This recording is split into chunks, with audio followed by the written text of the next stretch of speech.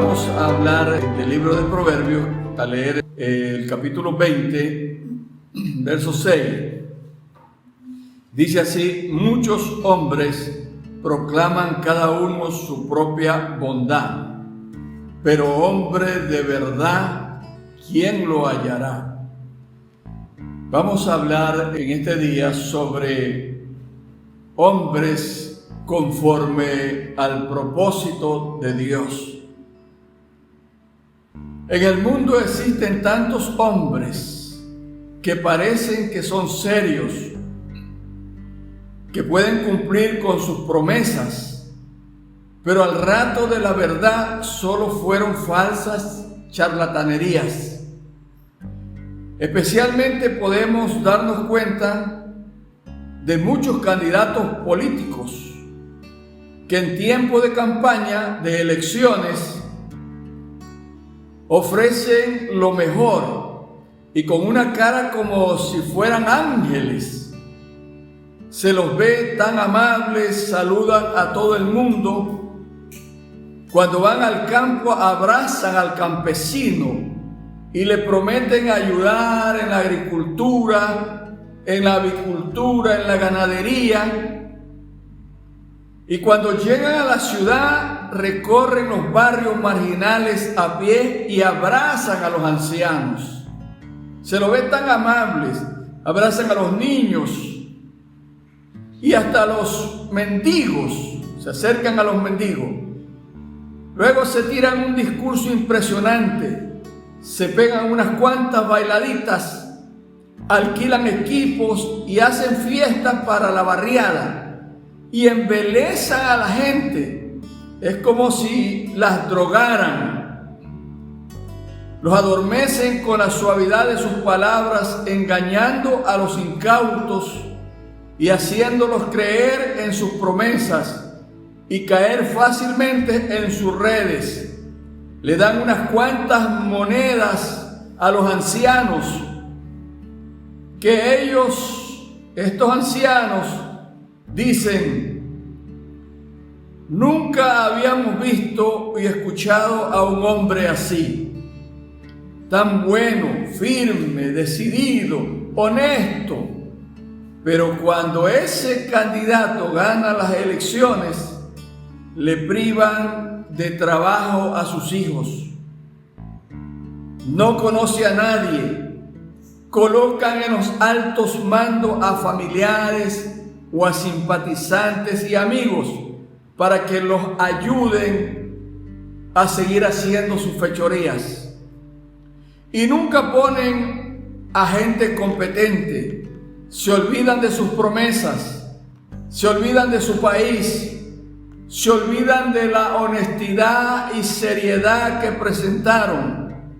Asaltan con elegancia a sus ciudadanos sin que se den cuenta, desvalijándolo de todo, oprimiendo al pueblo, sumergiéndolo en la miseria, la ignorancia. Abusan de su autoridad, se olvidan que él también o ellos también fueron gente del pueblo. En el año 412, el cínico Diógenes caminaba por las calles de Atenas con una lámpara encendida a plena luz del día. Y alguien le preguntó y le dijo: ¿qué andas buscando? Y él dijo: ando buscando un hombre. Después de un tiempo, este mismo salía de unos baños públicos y alguien le preguntó: hay muchos hombres dentro. Y él le dijo: prefiero decir que hay mucha gente.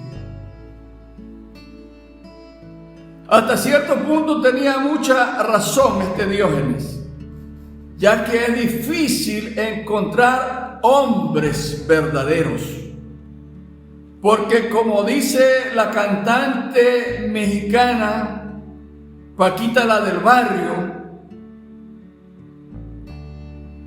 hay algunos que son adefesios mal hechos y escoria de la vida, ella dice. Al mismo Dios le es difícil encontrar un hombre verdadero espiritual. Un hombre que sea serio y que sea de palabra. En Ezequiel capítulo 22, verso 27 al 31, dice: sus príncipes en medio de ellas son como lobos que arrebatan presa, derramando sangre para destruir las almas, para obtener ganancias injustas. Y sus profetas recubrían con lodo suelto. Mire, recubrir con lodo suelto es tapar. Tapar. Profetizándoles vanidad y adivinándoles mentira. Mire, diciendo: así ha dicho Jehová el Señor, y Jehová no había hablado. Mire, así hay gente, profetas mentirosos. El pueblo de la tierra usaba de opresión y cometía robo. Al afligido y menesteroso hacía violencia, y al extranjero oprimía sin derecho. Y busqué, dice el verso 30, entre ellos hombres que hiciese vallado y que se pusiese en la brecha delante de mí, a favor de la tierra, para que yo no la destruyese, y no lo hallé. Qué terrible esto, hermano. Por tanto derramé sobre ellos mi ira, con el ardor de mi ira los consumí. Hice volver el camino de ellos sobre su propia cabeza, dice Jehová el Señor. Si nos pusiésemos a hacer una exégesis de este pasaje, hermano, mire, dice que Dios anda buscando hombres serios, gente de palabra. Dice, y no lo hallé. Aún los profetas tapaban con lodo sus mentiras, diciendo, adivinándole a la gente. Pitonizas, hablándole a la gente mentira. Y Dios dice, y yo no había hablado. Qué triste, ¿no? El verso 30. Por tanto derramé sobre ellos mi ira, con el ardor de mi ira los consumí. Hice volver el camino de ellos sobre su propia cabeza, dice el Señor. Miren, la gente que habla mentira tendrá problemas con Dios.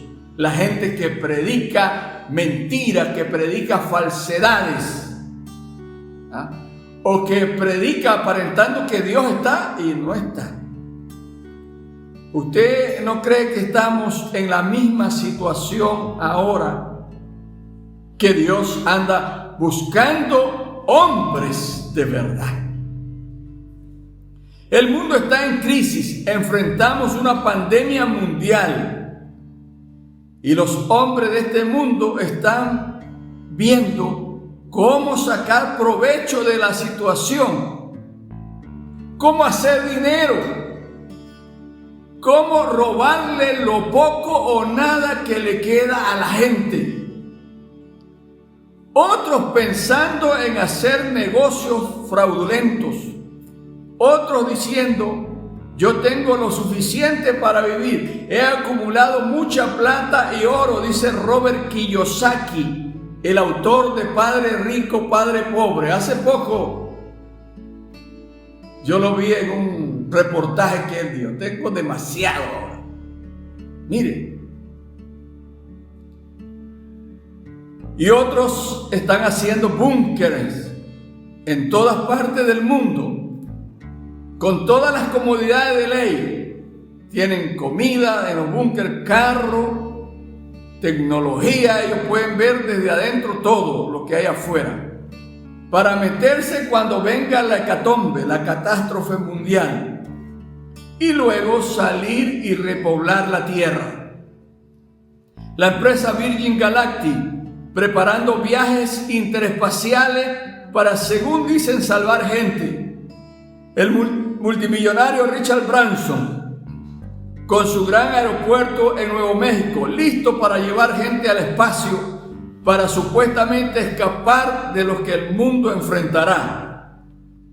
En Noruega, en donde se puede observar a plenitud la aurora boreal, los multimillonarios, entre ellos la ONU, el Banco Mundial y países ricos han construido una inmensa bodega y la llaman la bóveda del fin del mundo, para almacenar toda especie de semillas, como 3 millones de semillas, para repoblar la tierra y sembrar para los sobrevivientes que queden.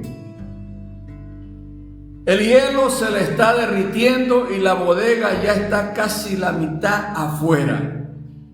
Y otros grupos como Bilderberg, te investiga qué es eso, ya se han dividido el mundo, ya saben lo que va a pasar y tienen sus búnkeres listos para meterse. Otros ya están pensando en huir a otros planetas, como ir a Marte. La Escritura dice en Abdías 1:4: si te remontares como las águilas, y aunque entre las estrellas pusieres tu nido, de allí te derribaré, dice Jehová. Nadie entiende los tiempos que vivimos. Nadie se preocupa por lo que está pasando. Respecto a esto, veamos lo que dijo Jesús en Mateo 16, del 1 al 3. Vinieron los fariseos y los saduceos para tentarle y le pidieron que le mostrase señal del cielo. Mas él respondiendo les dijo: cuando anochece, decid buen tiempo, porque el cielo tiene arréboles. Por la mañana hoy habrá tempestad, porque tiene arréboles el cielo nublado. Hipócrita, que sabéis distinguir el aspecto del cielo, mas las señales de los tiempos no podéis. En la vida sí han existido hombres célebres, serios y honestos, que han cumplido con lo que han dicho y prometido. Vemos al general Douglas MacArthur saliendo de las Filipinas y prometiendo a sus soldados y al mundo: volveré. Al beisbolista Baby Ruth señalando con su bate a las graderías y prometiendo lanzar la pelota fuera del campo, y lo hizo. Al Señor Jesús haciendo la más grande de las promesas, diciendo a sus discípulos que le era necesario ir a Jerusalén y padecer mucho de los ancianos y de los principales sacerdotes y de los escribas, y ser muerto y resucitar al tercer día. En Mateo 16:21 cumplió su promesa, resucitando al tercer día. Gloria a Dios. Jefté, uno de los jueces, iba a ser atacado por los reyes de Edom, Moab y Amón, y hace un voto a la ligera a Jehová, diciendo: si me entregares a los amonitas en mis manos, cualquiera que saliere a la puerta de mi casa a recibirme cuando regrese victorioso de los amonitas, será de Jehová, y lo ofreceré en holocausto. Eso está en Jueces capítulo 11, versos 30-31. Cuando regresó a su casa, salió su hija única a recibirle con pandero y danza. Cuando él la vio, rompió su vestido y dijo: ¡ay, hija mía! En verdad me has abatido. y tú misma has venido a ser causa de mi dolor. Porque he dado palabra a Jehová y no podré retractarme. Y su hija, adolorida, llorando, ella pidió a su padre que la dejara 2 meses ir por los montes con sus amigas y llorar su virginidad. Su padre accedió y cuando ella regresó, su padre cumplió su voto y ella nunca conoció varón, dice la Biblia en los versos 32 al 39. Josué, al conquistar Jericó, la maldijo para que no sea reedificada. Josué 6:26. En aquel tiempo hizo Josué un juramento diciendo: maldito delante de Jehová el hombre que se levantare y reedificare esta ciudad de Jericó.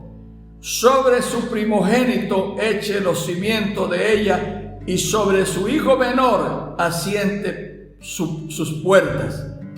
Y él de Betel la reedificó a Jericó, a precio de la vida de Abirán, su primogénito, y echó el cimiento, y a precio de la vida de Segub, su hijo menor, puso sus puertas, conforme a la palabra que Jehová había hablado por Josué, hijo de Nun. Lo que ellos decían se cumplía. Un cristiano debe ser de palabra. Eclesiastés 5, 4 al 6 dice: cuando a Dios haces promesa, no tardes en cumplirla, porque Él no se complace de los insensatos. Cumple lo que prometes. Mejor es que no prometas y no que prometas y no cumplas. No dejes que tu boca te haga pecar, ni digas delante del ángel que fue ignorancia, porque harás que Dios se enoje a causa de tu voz y que destruya las obras de tus manos. Es cosa seria, hermano, prometer a Dios y no cumplir. Te acarreas maldición, traes cosas. Después dices: ¿por qué estaré pasando este momento, estas cosas?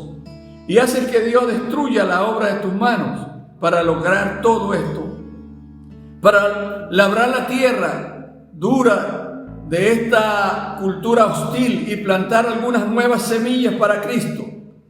Todos debemos comprometernos a cumplir estos 3 elementos no negociables, que son integridad, compromiso y acción.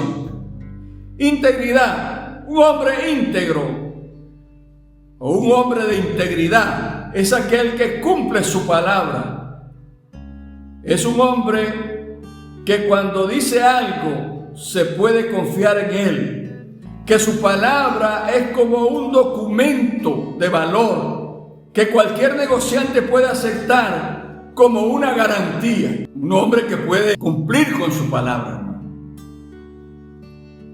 Yo me acuerdo que cuando era pequeño, mi padre me mandaba a hacer algún mandado y decía: anda, dile a tal persona que por favor me envíe un anticipo, me envíe, qué sé yo, en ese tiempo era sucre, 5,000 sucres, 10,000 sucres, pero era bastante. Y esa persona sabía quién era mi papá y sabía quién era yo. Y enseguida me daba el dinero. O sea, confiaba en la palabra. La Reina Valera de 1909 en el Salmo 12:6 dice: las palabras de Jehová son palabras puras. Miren, qué palabra, hermano. Por eso que tenemos que confiar en Jehová. El que no confía en Jehová está frito. Las palabras del Señor son palabras puras, palabras probadas en un crisol en la tierra, dice la Biblia de las Américas, 7 veces refinada. Un íntegro es un cumplidor de promesa. Es fácil decirlo y no hacerlo. Es una persona que no se deja manipular de nadie. Hay personas que quieren hacer algo, de repente viene otro y le inculca mal y lo manipula. Es de doble ánimo. Una persona recta, honesta, decente, es un hombre que está alerta. Y esto también en el ámbito espiritual, porque no sabe cuándo y cómo va a atacar el enemigo, que dice la Biblia en 1 de Pedro 5:8, que anda como león rugiente buscando a quien devorar. Los ojos de Dios se están moviendo por todos lados buscando a hombres íntegros que tengan pasión por cumplir el mensaje del Evangelio a toda criatura. Hombres que se paren en la brecha a favor de otro, que sean escuderos. Él está llamando a hombres comprometidos de todas las naciones, que sean llenos del Espíritu Santo, que sean capaces de dar su vida para transformar este mundo y llevarlo a los pies de Jesucristo. Existen personas que hacen promesas y les es duro cumplirlas. ¿Qué es una promesa? El diccionario Webster dice: dar bases para esperanza y expectativa. ¿Por qué hacemos promesas? ¿Por qué la cumplimos? Si el barco se está hundiendo, ¿por qué no saltar y tirarse rápido? Y si la diversión ha desaparecido del matrimonio, ¿por qué no dejarlo? Si las personas más allegadas a nosotros están pasando por el dolor, ¿por qué seguir con ellos? El doctor Lewis Smith, profesor de ética del Seminario Teológico Fuller en Pasadena, California, él dice que nuestra personalidad depende del cumplimiento de promesas.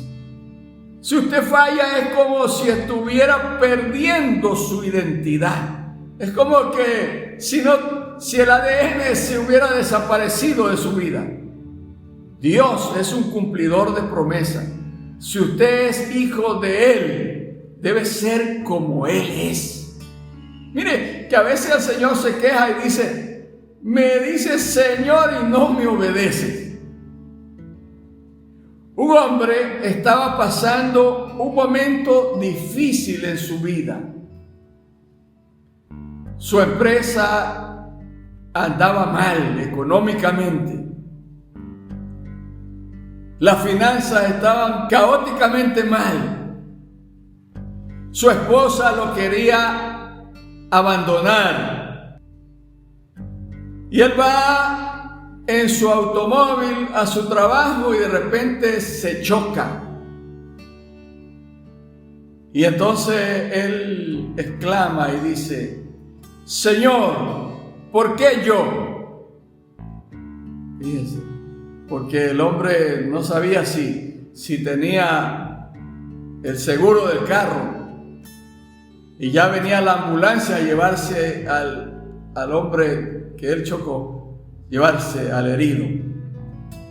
De pronto se escucha una voz potente resonando que dice: la verdad, Juan, es que hay algo en ti que me enoja.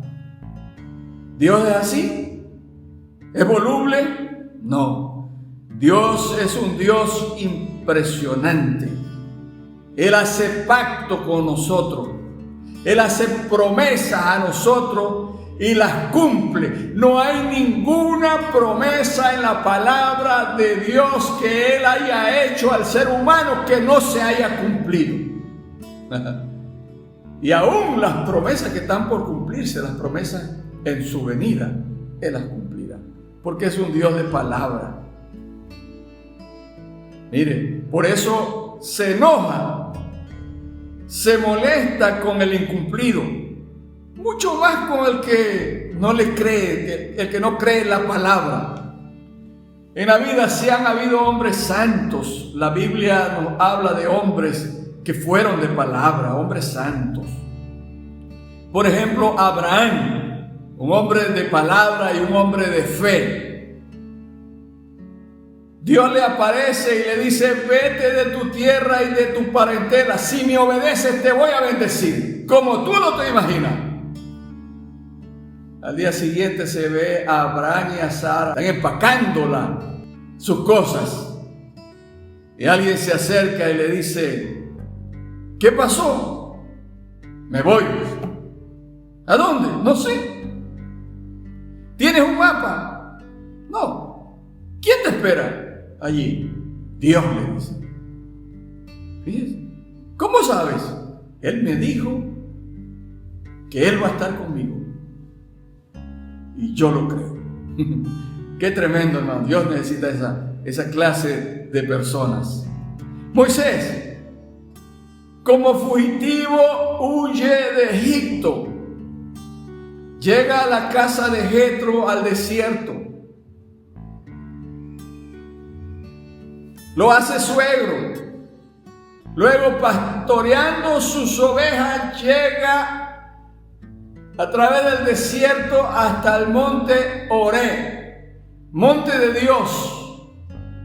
Y de pronto ve una zarza que ardía y no se consumía. Y él se acerca para ver, y entonces escucha una voz que le dice: Moisés, Moisés, quítate la sandalia de tus pies, porque el lugar donde estás pisando es lugar santo. Y Moisés se sorprende. Y entonces Dios le dice: quiero que regreses a Egipto y le digas a Faraón que deje salir a mi pueblo, porque he escuchado el clamor de ellos. Y le dice: ¿qué le digo? Si le digo se me apareció, alguien se me apareció, ellos me van a preguntar: ¿quién fue? ¿Cómo se llama? Y él le dice: dile que yo soy. Qué tremendo. Y mire, después de haber discutido un poco, porque él discutía más no porque que se le había aparecido, sino porque decía: yo soy tartamudo. Después de haber discutido un poco con el Señor, él obedece y se va a Egipto y saca al pueblo. Y hermano, ustedes vean si Dios le falló en el desierto a Moisés y al pueblo. Él nunca le falló. Qué palabra que tiene mi Dios, hermano. Por eso alguien que canta dice: ¿cómo no creer en Dios? Mire, si me ha dado los hijos y la vida, y me ha dado la mujer querida, ¿cómo no creer en Dios? Si la palabra de Dios es un hecho y se cumple.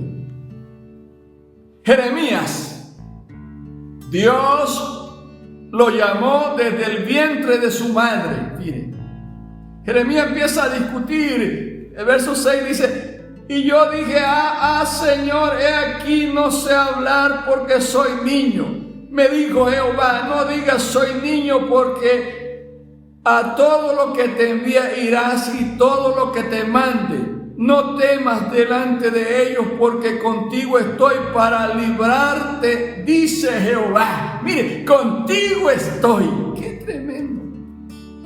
Y extendió Jehová su mano y tocó mi boca, y me dijo Jehová: he aquí he puesto mis palabras en tu boca. Qué lindo que mi Dios extiende su mano y te toca la boca, te puede tocar el corazón, te puede tocar un órgano dañado y lo puede cambiar inmediatamente. ¡Qué tremendo! He aquí, dice, he puesto mis palabras en tu boca. Mira que te he puesto en este día sobre naciones, mire, sobre reinos, para arrancar, para destruir, para derribar, y para edificar y para plantar. Qué hermoso, qué lindo, hermano. Enoc, en Génesis 5, 21 al 24, Enoc tenía una relación con Dios formidable, hermano. Él caminaba con Dios, iba hablando con Dios, le iba preguntando hablando con Dios, me imagino que no le decía: Señor, cuánto te amo. Qué precioso, hermano. Elías era un siervo que cuando dijo que no llueva, no llovió 3 años. Que llueva, llovió. A una viuda se le había muerto un hijo y se acostó sobre él y se lo entregó vivo. Elías, hermano, se enfrentó a 450 profetas de Baal y 400 profetas de Acera. Elías se pasaba el río Jordán cuando él quería, pasaba y regresaba caminando por el agua. Elías es tremendo. Y Elías le dice a su siervo, a Eliseo: Dios me va a llevar, yo ya me voy a ir. Pide lo que quieras que haga antes de que yo me vaya. Y Eliseo tenía ya en la lengua ahí: yo quiero una doble porción de tu espíritu. Y Elías le dice: si me vieres cuando yo me voy, te será hecho. Y Eliseo, hermano, tremendo. Eliseo le devolvió los bienes a una viuda que el gobierno la había estafado. Le devolvió las tierras. Eliseo le dijo: mire, ni siquiera oró. Había un sirio llamado Naamán, que era leproso, y una muchacha judía le había dicho: en mi tierra hay profetas de Dios, él le puede sanar. Cuando llegó acá con carta de su jefe, del rey, esperaba que Eliseo salga y le reciba, le haga la venia, le salude y le diga: ¿cómo está, grandísimo general? Eliseo ni siquiera lo miró, ni siquiera bajó y le mandó a su siervo: dile que se meta 7 veces en el Jordán. Y el otro, bravísimo, desconsiderado, no sabe quién soy yo. Y ya se iba bravo. Y fíjese, bueno, quedó totalmente curado. Eliseo, hermano, hizo tantos milagros, o el doble de milagros que de Elías, que aun cuando estuvo muerto, una compañía iban a enterrar, o unas personas iban a enterrar a un muerto. De repente llega una compañía enemiga y ven a esa compañía enemiga, se asustan y tiran a ese muerto, cuando el muerto topó los huesos de Eliseo. Parece que no lo habían enterrado muy hondo. Y el muerto revivió, hermano.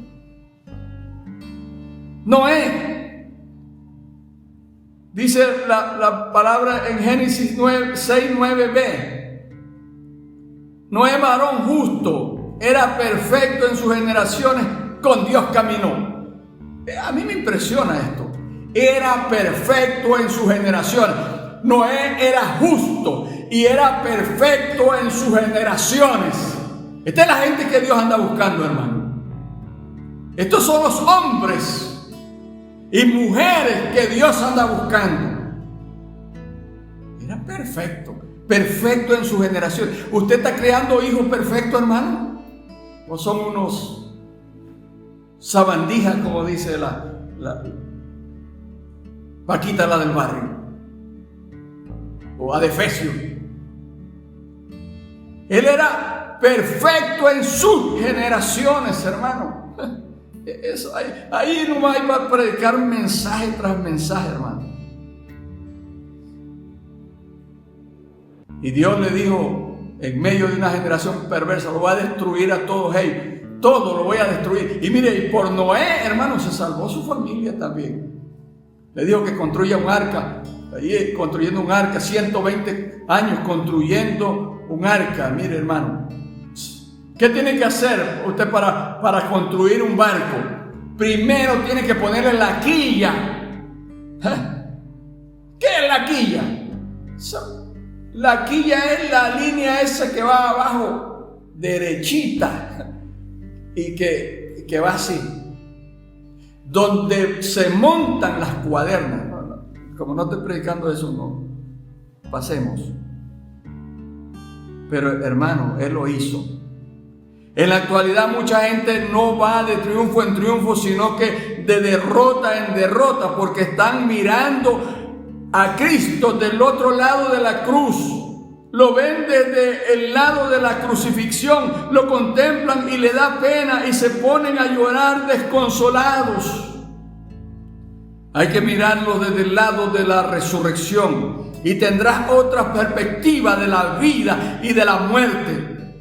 De ese lado solo hay victoria, aleluya. Del lado de la resurrección solo hay victoria. Él no se quedó en la tumba, sino que se levantó y antes de irse le dijo a sus discípulos: yo no dejaré solo, enviaré al Consolador, al Espíritu de verdad, el cual estará con vosotros para siempre. Juan 14, 6, 15, 26. Vivimos en tiempos donde muchos han perdido su integridad, su ética, su moral. Han dejado de ser fiel. Para algunos les es fácil olvidar sus compromisos con la familia, con sus amigos y con Dios.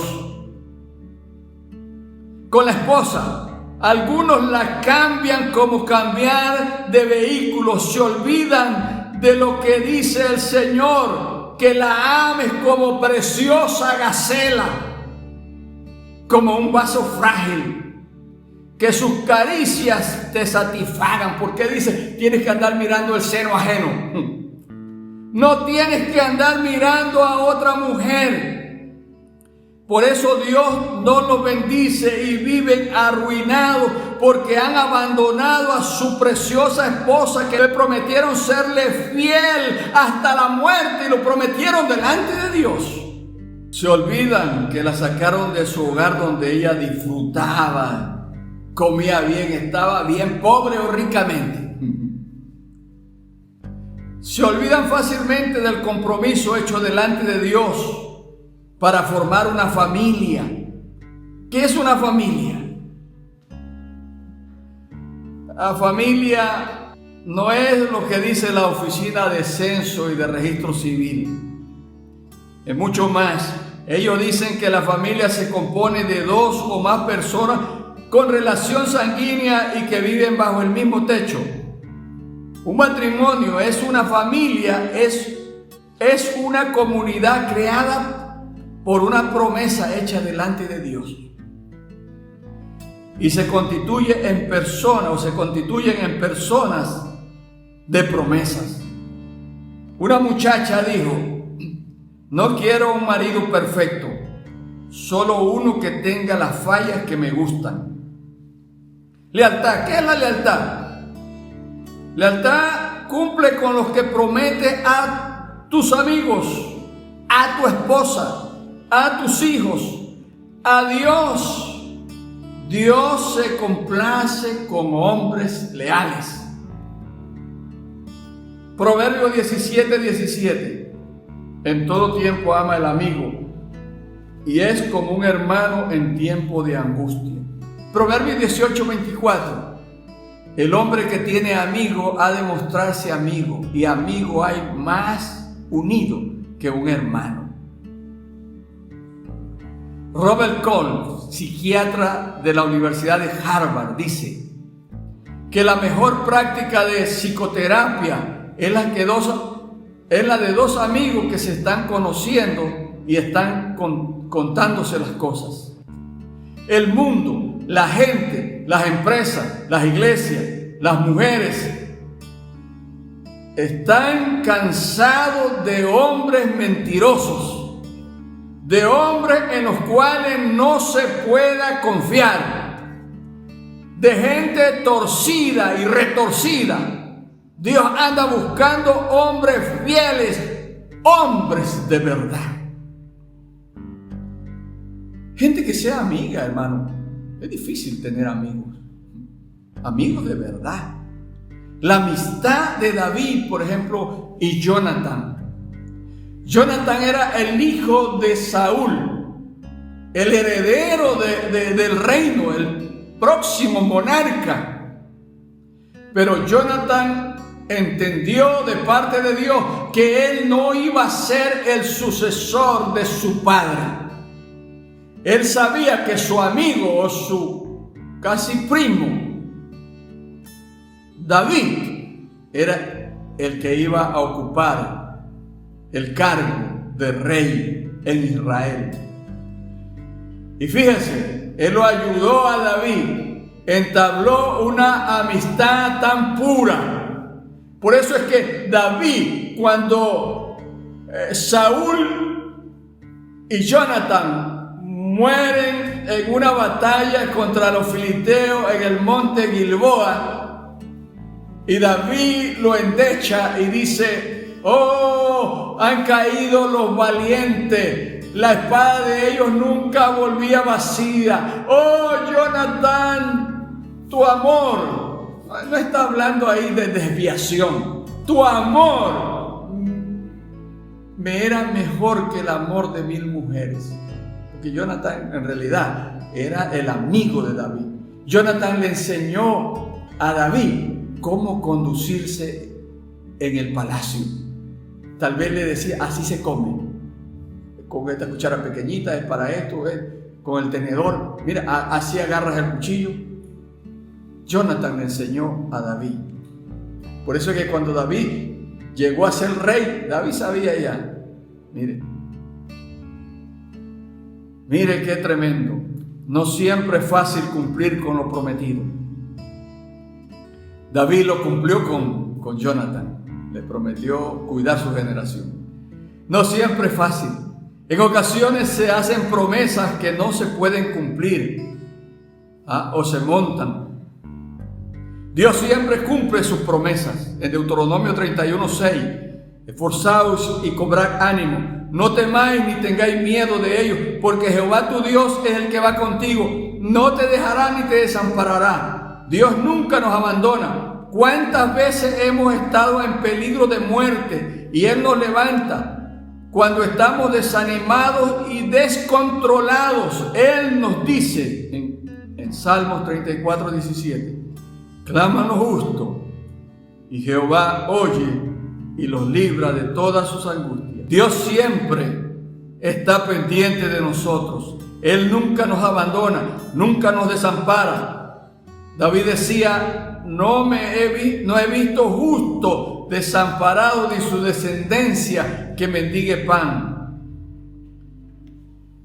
El creyente Frederick Nolan, quien huía de sus enemigos durante el tiempo de persecución en el norte de África, perseguido por montes y valles, sin lugar donde esconderse, cayó de pronto en una cueva y se metió allí, temiendo que sus enemigos pronto lo encontraran, esperando la muerte. Vio que una araña tejía su tela allí en la entrada de la cueva.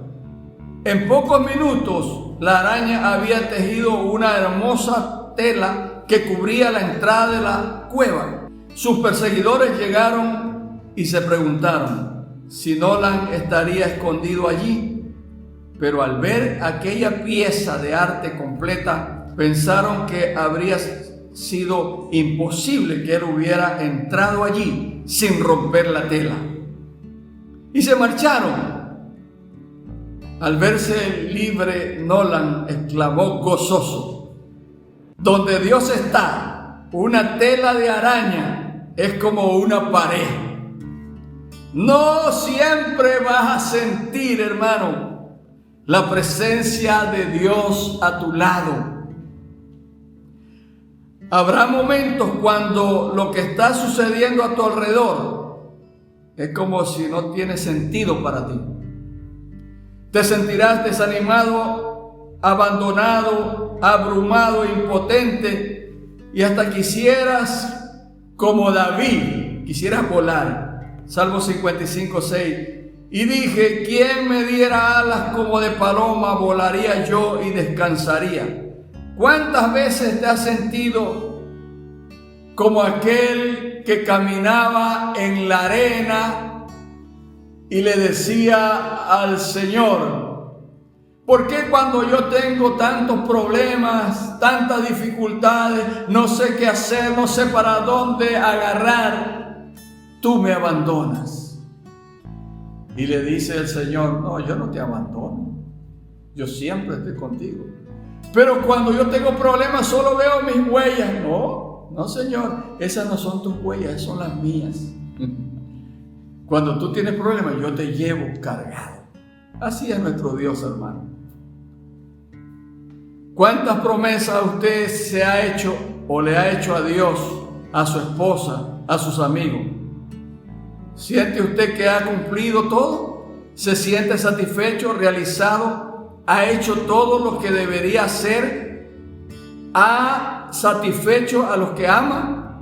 ¿Siente que Dios le escucha o por el contrario, quizás siente que sus oraciones no pasan, rebotan y se siente frustrado?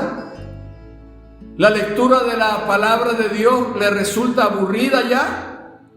¿No siente deseo de orar? Tal vez piensa que Dios es un verdugo implacable que no lo escucha. Quiero narrarle una parábola bien bonita, la parábola de el hijo pródigo.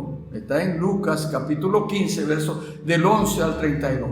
Hubo un muchacho medio holgazán allí. El menor le pidió: papá, dame la herencia que me voy. Pero hijo, piénsalo. No, yo me voy, dame la plata. Se fue, la malgastó con sus amigos, llegó a estar tan arruinado, sucio, no tenía nadie, ni siquiera un baño público por ahí para bañarse, y si se bañaba, ¿qué ropa se iba a cambiar? Estaba harapiento, maloliente, y no tenía que comer. Buscó trabajo, nadie le daba, pues así, en esa facha, ¿quién le iba a dar trabajo? Llega a una granja porcina y le dice al dueño, y el dueño le da trabajo, le dice, cuando él del hambre quería comerse las algarrobas, no puede comerte la algarroba de los cerdos. ¿Ah? Qué tremendo. Entonces el hombre en esa condición se humilla, cae al suelo, levanta su mirada a Dios, ¿ah?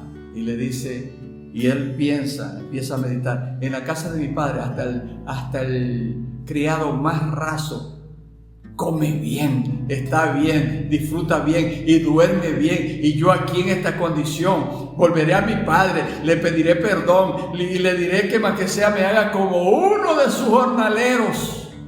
El padre siempre salía tal vez al balconcito de su casa y miraba por ahí, se fue mi hijo, pero de repente ve ese harapiento que venía allá, y ese mi hijo, y corrió y lo abrazó y lo besó. Luego llegó a casa y le dice: báñenlo, vístanlo y pónganle mi anillo y hagan una fiesta, porque mi hijo ya estaba muerto pero ha revivido, ha regresado. Mire, así es Dios con nosotros, hermano. No importa lo harapiento que usted llega o se siente, no importa lo maloliente, no importa lo desbaratado que llegue, Dios siempre estará esperando.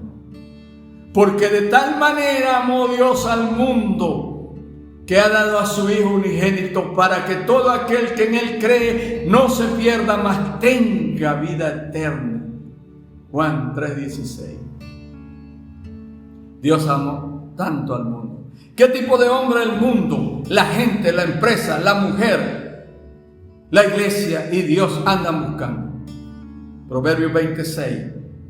Muchos hombres proclaman cada uno su propia bondad, pero hombre de verdad, ¿quién lo hallará? ¿Quién hallará a un hombre de verdad? Muchos hombres proclaman su propia lealtad. ¿Ah? Hay hombres que les encanta que todos lo alaben, les gusta figurar, ser el centro de todo, son narcisistas, tienen un ego demasiado desarrollado. Es verdad que la Escritura dice que hay que dar al César lo que es del César y a Dios lo que es de Dios, pero ya algunos son demasiado. En Romanos 13:7 dice, cuando se habla que no se deba, dice, al que respeto, respeto, al que honra, honra. El problema es que cuando la gente tiende frecuentemente a gloriarse, y les pasa mucho a los cristianos, que Dios obra por medio de ellos por su infinita misericordia, por su gracia, su poder. Hace un milagro y creen que fueron ellos que por su espiritualidad y por su conocimiento lo hicieron. Entonces Dios los abandona, los desampara, los deja. Así como Sansón, Dios le había dado ciertas instrucciones a los padres y a él. Él sabía las instrucciones, pero jugó. Fíjese, habló lo que no tenía que hablar, dijo lo que no tenía que decir, y Dios lo abandonó y terminó sin ojos. Fíjese. Moisés, que Dios no lo dejó entrar a la tierra prometida por haber cometido una falla, por haberse dado la gloria a él y no le dejó la gloria a Dios. Hay que tener mucho cuidado. Dios no comparte su gloria con nadie. El mundo, la gente, la empresa, la mujer andan buscando a un hombre serio, que sea de palabra, que sea inteligente, diligente, que sea trabajador, que no sea mentiroso, que no sea mujeriego. El escritor Bill McCartney, él dice que hay 3 clases de hombres: el hombre mujeriego, el hombre varonil y el hombre de Dios. La iglesia busca hombres verdaderos que den testimonio, que no se avergüencen de ser hijos de Dios. El apóstol Pablo le recomienda a Timoteo en 2 de Timoteo 1:5, trayendo a la memoria la fe no fingida que hay en ti, la cual habitó primero en tu abuela Loida y en tu madre Eunice, y estoy seguro que en ti también. Por lo cual te aconsejo que avives el fuego del don de Dios que está en ti por la imposición de mis manos. Porque no nos ha dado Dios espíritu de cobardía, sino de poder, de amor y de dominio propio. Por tanto, no te avergüences de dar testimonio de nuestro Señor, ni de mí, preso suyo, sino participa de las aflicciones por el Evangelio según el poder de Dios. Verso 9. Quien nos salvó y llamó con llamamiento santo, no conforme a nuestras obras, sino según el propósito suyo. Y la gracia que nos fue dada en Cristo Jesús antes del tiempo de los siglos. Pablo habla de Timoteo, que era un hombre de fe no fingida. Mire, fe no fingida. ¿Por qué tiene que fingir? Era una fe genuina, que venía de una generación de madre y de abuela que eran verdaderas hijas de Dios. Hermanos, si queremos edificar la iglesia, el ministerio, necesitamos hombres así para edificar la iglesia. Necesitamos hombres de verdad, que sean fieles, que estén dispuestos a vivir para Dios, que sean desprendidos del mundo, que estén dispuestos a colaborar y hacer la obra de Dios, que se nieguen a sí mismos, hombres que tomen su cruz y sigan fielmente a nuestro Señor Jesucristo. Hombres que sean transparentes, incambiables, de una sola palabra, que edifiquen y no que destruyan. En 2 de Timoteo 2:24 dice: porque el siervo del Señor no debe ser contencioso, sino amable para con todos, apto para enseñar, sufrido, que con mansedumbre corrija a los que se oponen, por si quizá Dios le conceda que se arrepienten y escapen del lazo del diablo, en el cual están sometidos a voluntad de Él.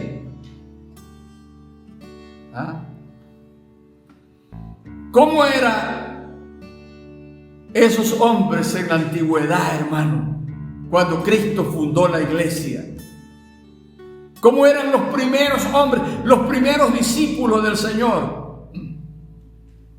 Eran gente seria. Algunos de ellos no tenían tanta preparación como el caso de Pedro, Juan. Eran hombres del vulgo, decía la gente, pero eran hombres de Dios. Y ellos no se complicaban por predicar el mensaje. El mensaje de ellos era simple. Ellos hablaban del carácter mesiánico de Jesús. Ellos decían, Jesús era el Mesías. Ellos hablaban de la resurrección de Jesús. Ese Mesías que ustedes mataron. Lea el libro de los Hechos. A cada rato le acusan a los bandidos que mataron. Ese Mesías que ustedes mataron resucitó. Entonces hablaban de la resurrección. Y ese Mesías que ustedes mataron resucitó y viene por segunda vez. Ellos tres cosas hablaban. La teología se vino a sistematizar ya más con Pablo. Jesús, después de la resurrección, se le aparece a sus discípulos. Eso lo dice Pablo en 1 Corintios 15, 3 al 8, dice: porque primeramente os he enseñado lo que asimismo recibí, que Cristo murió por nuestros pecados conforme a las Escrituras, y que fue sepultado y que resucitó al tercer día conforme a la Escritura, y que apareció a Cefas y después a los 12, después apareció a más de 500 hermanos a la vez, de los cuales muchos viven y otros ya duermen. Después apareció a Jacobo, después a todos los apóstoles, y por último, como un abortivo, me apareció a mí. Jesús, después de la resurrección, anduvo 40 días con ellos dándoles las últimas instrucciones. Aunque ellos no habían entendido todavía qué era el reino del Señor. ¿Saben por qué? Porque en el tiempo que Jesús vino, Israel estaba siendo subyugado por el imperio romano, y ellos estaban orando por un rey como David, que venga con espada, con jabalina, que venga a pelear y a libertarlo. Pero de pronto viene uno que le dice: si te pegan en una mejilla, muéstrale la otra. Si te dicen que cargues una milla, ve con él 2. Si te piden la túnica, dale también la capa. Y mire, en ese tiempo había la ley del talión, en el Antiguo Testamento, ley del talión, que era ojo por ojo, diente por diente. Es decir, si tú me sacas un ojo, yo también tienes que dejarte de sacar un ojo. Si tú me matas un buey, yo también te mato el buey. Y mire, hermano, entonces, este no es el Mesías. No entendían, ni aún los apóstoles habían entendido. Por eso es que le hacen una pregunta a Jesús. Mire, eso lo que le dije está en Mateo capítulo 5, versos 38 al 44. Ellos le hacen una pregunta a los discípulos a Jesús, antes de que Jesús se vaya, ya está al borde de irse ya. Y ellos lo abordan con esta pregunta y le dicen en Hechos 1:6, le dice: Señor, ¿restaurarás el reino de Israel en ese tiempo? Y Jesús le dice: no os toca a vosotros saber los tiempos o las sazones que el Padre puso en su sola potestad. Y luego le habla 1:8: pero recibiréis poder cuando haya venido sobre vosotros el Espíritu Santo, y me seréis testigos en Jerusalén, en Judea, en Samaria y hasta lo último de la tierra. Miren, ellos no habían entendido. Ellos creían que era un reino que venía con machete, con palo, con piedra, para defender el reinado. Entonces, ¿qué hizo el Espíritu Santo? Ellos estaban 120 orando en el aposento alto, en el monte de Sión, y allí también estaba la mamá de Jesús, estaba María, esperando lo que su Salvador le había dicho. María sabía que ella era la mamá de Jesús, pero sabía que Jesús era su Salvador. Estaba esperando el Espíritu Santo. Y estaban allí 120. De repente viene el Espíritu Santo y cae sobre ellos. Hechos capítulo 2. Y habían como 16 naciones: parto, medo, elamita, de Mesopotamia, del norte de África, de Cirene, del Ponto, de Cilicia, Capadocia. Había tanta gente. Y cae el Espíritu Santo y los bautiza, hermano. Y el Espíritu Santo le da poder. Ustedes se acuerdan, hermano, Jesús antes de partir antes de morir, Jesús antes de ser crucificado, Jesús le dice a sus discípulos: es necesario que yo vaya a Jerusalén, donde el Hijo del Hombre va a ser tomado en manos de pecadores y lo van a dejar, ustedes me van a dejar solo y me van a hacer mucho daño. Y entonces Pedro le dice: aunque todos se escandalicen, aunque todos te dejen, yo no te voy a dejar. Y entonces pasa ese periodo tremendo. Ya Jesús es crucificado. Pedro va por ahí donde hay un grupo de gente que tienen un fuego y va a calentarse, va con frío, y de repente una muchacha lo ve y dice: tú también andabas con él, ¿ves? No lo conozco.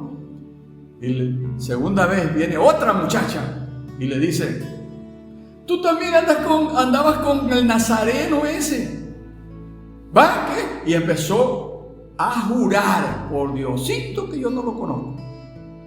Y luego se acerca más al grupo y el grupo le dice: tú también andabas con él, vienes hecho loco, tú también andabas con él, si hasta tu hablar te delata. Mire, porque hermano, la gente de Dios tiene que ser diferente. Y él ahí fue que empezó a maldecir. Pero ahora que ve, viene el Espíritu Santo, cae sobre ellos. La primera cosa que hace el Espíritu Santo es abrirle la mente, dándole a entender que el reino no era físico, sino el reino espiritual. Le dio una clara visión. Segundo, ¿por qué digo que el Espíritu Santo vino, hermano? Segundo, le vigorizó. Ahora ya no era el Pedro que dice: tú andabas con él. No, por Diosito que no. Ahora dice: señores, porque cuando vino el Espíritu Santo ellos estaban hablando en otras lenguas. Y la gente decía, uno para criticar: están borrachos, están llenos de mosto. Pero no es la hora. Y entonces se para el que había negado a Jesús y le dice: señores, aquí nadie está borracho. Lo que pasa es que estábamos esperando la promesa del Espíritu Santo y ya llegó. Porque ese Jesús que ustedes lo mataron. Miren, que ustedes lo mataron. ¡Qué tremendo! Y entonces ellos asustados le dicen: ¿qué tenemos que hacer? Así que arrepentidos y convertidos para que sean borrados vuestros pecados. 3,000, hermano. En ese mensaje de Pedro, 3,000 aceptaron a Cristo. En el segundo mensaje, 5,000. Pero en todos los mensajes le estaba diciendo: ustedes lo mataron, ustedes lo mataron. Ustedes mataron al autor de la vida. Mire, ya no era Pedro cobarde. Por eso es que el Espíritu Santo vino, le dio una visión clara del reino de Dios. Segundo, le vigorizó. El Espíritu Santo, la tercera cosa que hizo es quedarse con ellos. Hay gente, hermanos, que a veces uno le escucha decir: es que cuando yo tenía mi primer amor, yo evangelizaba, traía gente, iba a la iglesia y todo. Yo no sé, ya van, quién sabe por cuántos amores. Pero quiero decir una cosa: hace 50 años yo le conocí al Señor y su amor en mí es el mismo. Él me ama y yo le amo. Bendito sea el nombre de Dios. Mi esposa, hermano, su mamá murió cuando ella tenía 10 años. 10 años. Y la mamá le inculcó tanto en la palabra de Dios, hermano, que cuando yo me casé, y ahora ella tiene tanta pasión por Dios. Cuando me casé, a veces yo una vez me asusté, estaba hablando en otras lenguas, hermano. Otra vez estaba conversando con Jesús. Es una mujer tan equilibrada en la palabra de Dios. Pues yo he sido bendecido por Dios. Y ella ha inculcado tanto a mis hijos. todos le sirven. No hay que otro amor ni otros amores. ¿Qué amor?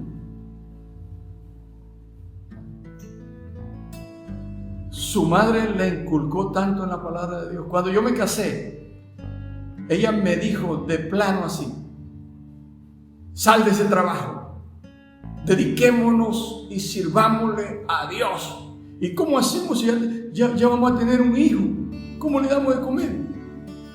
Dios no falla, me dijo.